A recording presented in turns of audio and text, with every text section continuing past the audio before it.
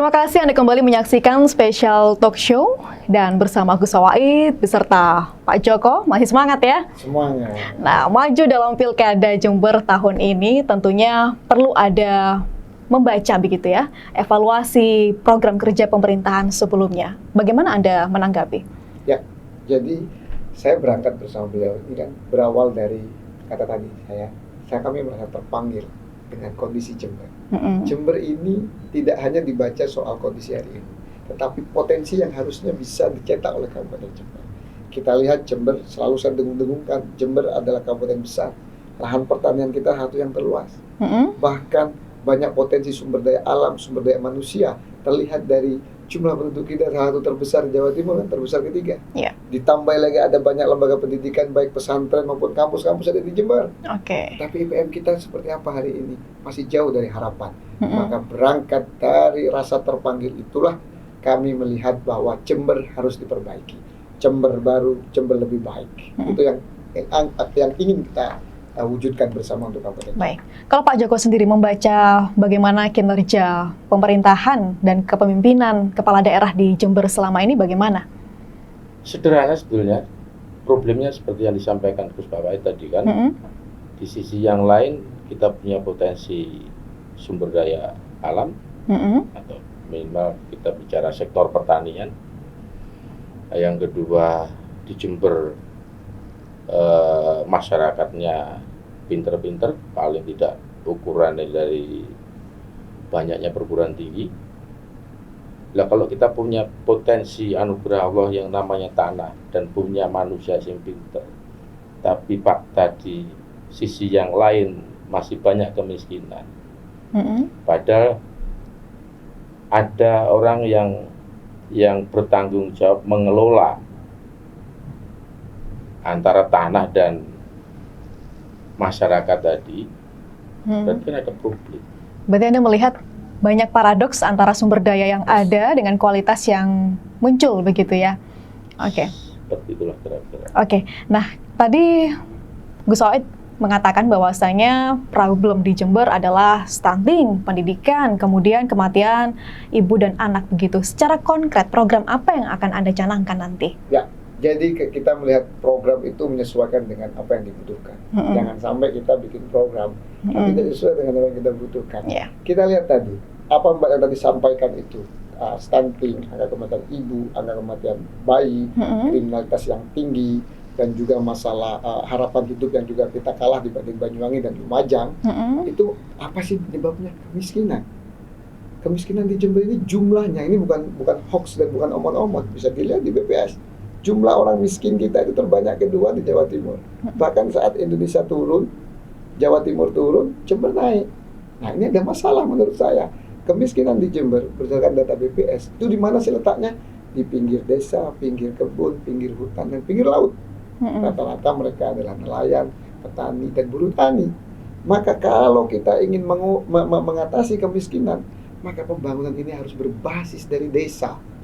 Membangun desa, memajukan kota, bahasa kami. Maka ke depan kita pastikan bahwa pembangunan di Jember ini harus berkeadilan. Hari ini terlihat, Mbak, angka indeks Gini kita yang dari tahun 2002 ke 2023 makin lama makin naik loh. Artinya yang kaya makin kaya, yang miskin makin miskin. Padahal seluruh masyarakat Jember ini juga bayar pajak dia. Maka dia punya hak yang sama untuk menikmati kue pertumbuhan ekonomi kita. Maka ke depan saya dengan Pak Joko punya strategis membangun dari desa. Caranya bagaimana? Contoh, bagi petani. Petani itu hari ini yang menjadi problem adalah masalah pupuk. Boleh terkait pupuk subsidi itu adalah kewenangan pemerintah pusat. Tapi minimal kami sebagai pemerintah kabupaten juga tidak boleh berpangku tangan memasrahkan dan menyalahkan pemerintah pusat. Yang diurusi pusat ini banyak. Maka ke depan kita ingin memperbaiki pendataan terkait masalah penerima pupuk subsidi. Yang kedua, kami tidak segan-segan akan membeli pupuk non subsidi. Kita dijual seharga subsidi kepada seluruh petani dan buruh tani di Kabupaten Jember dengan harapan ketika itu kami lakukan, minimal kita bisa membantu petani meningkatkan produktivitas in the short term, dalam jangka pendek. Bagaimana jangka menengahnya? Jangan cuma berpikir petani hanya ketika dia merawat tanamannya saja sehingga produktivitas mereka naik, tapi harganya. Maka kita punya keinginan ingin membuat BUMD pangan. Filosofinya dari mana? Dari Bulog. Bagaimana ketika petani tidak punya barang, harganya naik. Tapi ketika petani punya barang, harganya hancur, harganya turun. Maka dengan kehadiran BUMD pangan inilah, insya Allah kami akan berupaya meminimalisir hal-hal yang terjadi seperti itu. Itu in the middle term. In the long term, dalam jangka panjang, kami punya keinginan bahwa untuk mengatasi kemiskinan di desa, pinggir kebun, pinggir hutan, pinggir pantai, bahkan di pinggir perkotaan, tidak ada jalan lain lewat jalur pendidikan. Ibu Faida berhasil memberikan beasiswa sebesar 12.000 sampai 13.000 kepada anak-anak di Jember. Yang hari ini hanya 4.000 sampai 5.000. Ke depan saya dengan Pak Joko punya komitmen akan memberikan beasiswa kepada anak-anak Jember minimal 20.000 kepada anak-anak Jember, karena kami yakin tidak ada jalan lain in the long term untuk mengatasi kemiskinan itu lewat jalur pendidikan. Begitu. Baik, Gus, terkait dengan pertanian ini bukan hanya masalah Jember begitu ya, namun banyak daerah di Indonesia yang mempermasalahkan pertanian ini. Ketika seorang petani atau bahkan seseorang yang punya lahan begitu ya, menjadikan lahannya sebagai sektor pertanian begitu ya, namun petani sekarang tidak sejahtera begitu. Ketika orang punya lahan, lebih baik dibangun perumahan, lebih baik dibuat kos-kosan begitu, itu lebih menguntungkan. Bagaimana Anda menghadapi ini nanti? Inilah yang saya katakan bahwa ada semacam paradoks di Jember ini. Di satu sisi, Jember ini adalah pahlawan pangan Jawa Timur, bahkan nasional. Kita lumbung pangan loh. Tapi di satu sisi petani kita tidak sejahtera. Bahkan banyak petani kita, buruh tani kita, yang mereka masuk terperangkap dalam kondisi kemiskinan. Ini tadi paradoks. Kenapa seperti itu? Mereka akhirnya banyak dijual kepada tengkulak dan lain sebagainya, dijual kepada pengusaha perumahan. Kenapa? Karena mereka merasa pertanian tidak mempunyai masa depan yang cerah. Padahal banyak pengamat yang menyampaikan 10-20 tahun yang akan datang, sebuah daerah, sebuah negara yang akan menguasai atau yang kuat adalah yang menguasai terkait masalah bidang pangan. Maka sebetulnya kita tinggal meyakinkan caranya. Pemerintah harus hadir. Government expenditure atau belanja pemerintah itu filosofinya hadir ketika ada ketidakadilan, hadir ketika ada pihak yang kalah, selalu kalah. Maka pemerintah harus hadir, termasuk di bidang pendidikan. Kalau Pemkab hadir, kalau pemerintah, saya dan Pak Joko nanti membuat kebijakan yang memberikan harapan pada mereka, maka saya yakin petani kita akan sejahtera, kemiskinan akan turun, dan saya pikir apa yang disampaikan Mbak bisa kita minimalisir. Oke, baik. Itu pertanian, ada subsidi dan juga rencana jangka panjang. Kemudian di pendidikan, Anda berjanji untuk memberikan beasiswa sebanyak 12.000? 20.000. 20.000. Baik, untuk kesehatan? Ya, begini. Jadi, kesehatan adalah salah satu kebutuhan kita yang mendasar. Beberapa kabupaten memberikan sebuah program kesehatan yang bagus, padahal APBD-nya masih di bawah kita. Nah, Jember kami dan Pak Joko, yang pertama kami ingin memberikan perbaikan fasilitas kesehatan kita. Jumlah kamar di rumah sakit kita kurang hari ini. Itu harus menjadi perhatian khusus. Yang kedua, kita ingin menempatkan tenaga kesehatan. Kesehatan ini kan jasa. Maka mereka harus dibikin nyaman dulu. Filosofinya, the right man in the right place, atau katanya orang pesantren, al ilmu imamul amali wal amalu tabi'u. Semuanya harus pada tempatnya, pada ahlinya. Jadi kita nanti bikin nyaman dulu tenaga kesehatan, baru setelah itu kita berikan kesejahteraan. Dan yang terakhir, kami punya program bahwa masyarakat Jember ke depan bukan cuma gratis di puskesmas, bukan cuma gratis di rumah sakit daerah, tapi kalaupun masyarakat Jember ada di luar kota, dia merantau, dia bekerja, kami pastikan selama di wilayah Negara Kesatuan Republik Indonesia akan kami gratiskan, ditanggung oleh pemerintah Kabupaten Jember. Oke, begini Gus, membahas soal diksi kesejahteraan begitu ya.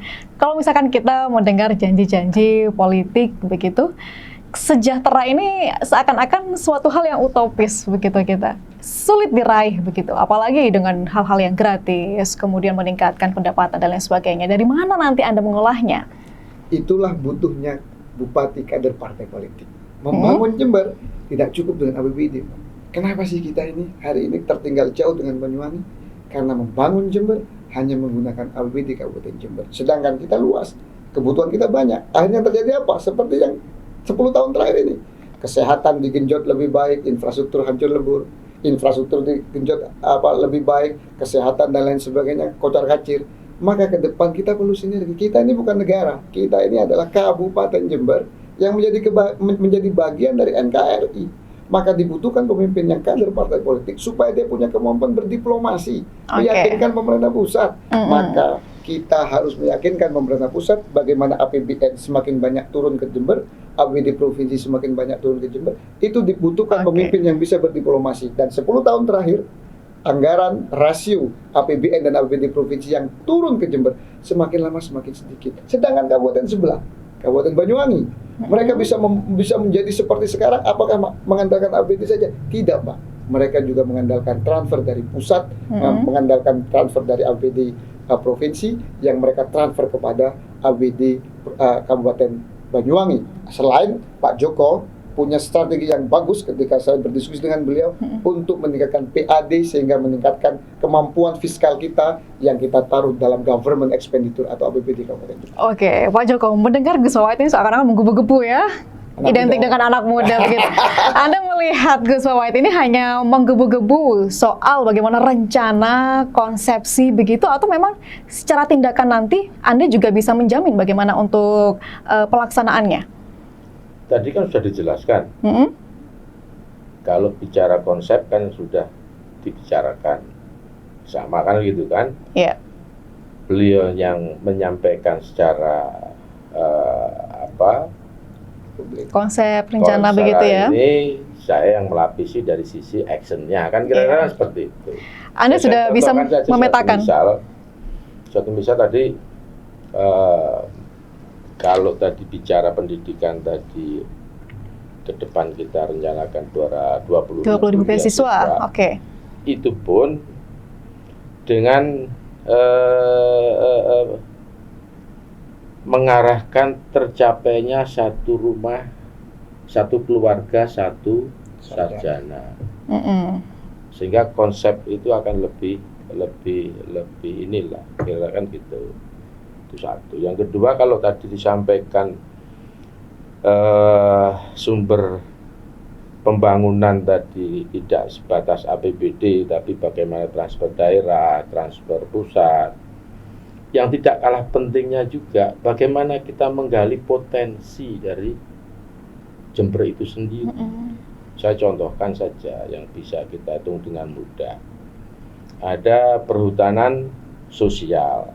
Di Jember itu kira-kira ada 57.000. Iya. Nah, rata-rata itu kan ada di pinggiran hutan. Komoditas yang ada rata-rata kopi. Dari 57.000 hektar tadi itu saja, kalau dihitung duitnya dari hasil panen kopi saja, belum pengolahannya, itu sudah 8,5 triliun. Artinya jauh melebihi dari APBD yang ada. Nah, kalau potensi-potensi yang lain bisa kita gali. Tabungan masyarakat, kita dorong untuk berusaha atau berinvestasi. Kan semua akan menggerakkan perekonomian. Belum lagi kalau ada investor yang bisa kita tarik ke Jember. Akan semakin segala sektor Anda petakan mulai saat ini begitu ya. Nah, ini makin menarik bagaimana kita nantinya membahas strategi pemenangan dalam Pilkada Jember tahun 2024. Namun kita akan rehat sejenak terlebih dulu. Dan saudara, tetaplah bersama kami akan kembali usai jeda.